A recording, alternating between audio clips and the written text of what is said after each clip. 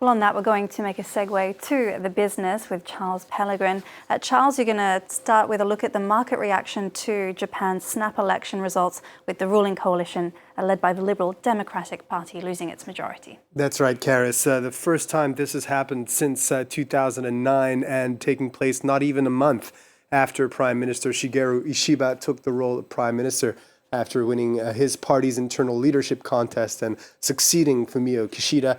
Over the course of the campaign, the LDP was dogged by voter concerns over corruption scandals within party ranks and rising living costs, making life harder for citizens.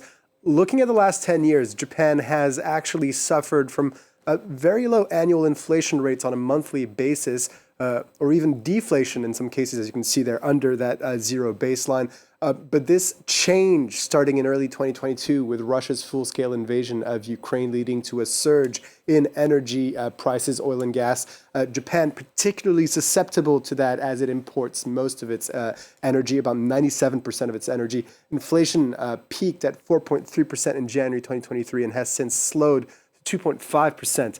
In September. These may seem like relatively low inflation spikes when comparing to other countries, but in Japan's domestic context, it's quite a lot. So that in part explains the ruling party's poor showing at the election, and now we're facing a bout of political uncertainty. And that the LDP will have to work with other parties to form a government. The country could also be looking at a minority government in power. So many scenarios possible there. The leadership of Shigeru Ishiba could also be in question, even as he says he'll stay in office to avoid a political vacuum. All of this is weighing on the Japanese currency, the yen, which has weakened against the US dollar. As you can see now, it takes 153 yen for a dollar. That's up over 0.75% higher.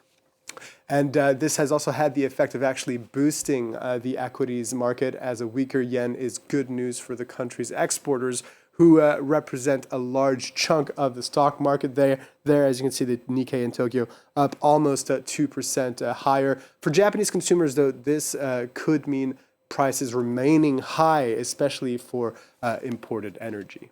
And Charles, this political uncertainty is raising questions about the direction of monetary policy. The Bank of Japan and its governor, Kazuo Ueda, have embarked on a rate hiking cycle this year in order to combat higher prices and a weakening yen. But that's not been well received, especially by smaller Japanese businesses now facing higher financing costs. This also means the government has to spend more of its budget towards paying interest on its debt, because those interest rates are higher.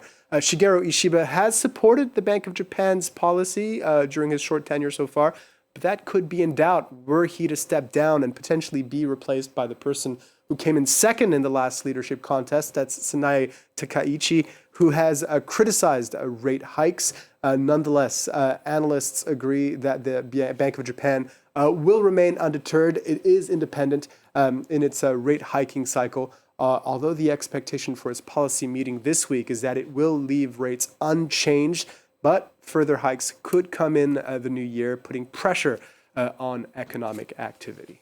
All right, Charles, thank you very much for that business update. You'll be back a little later with the opening of the European markets. Thank you to you for watching.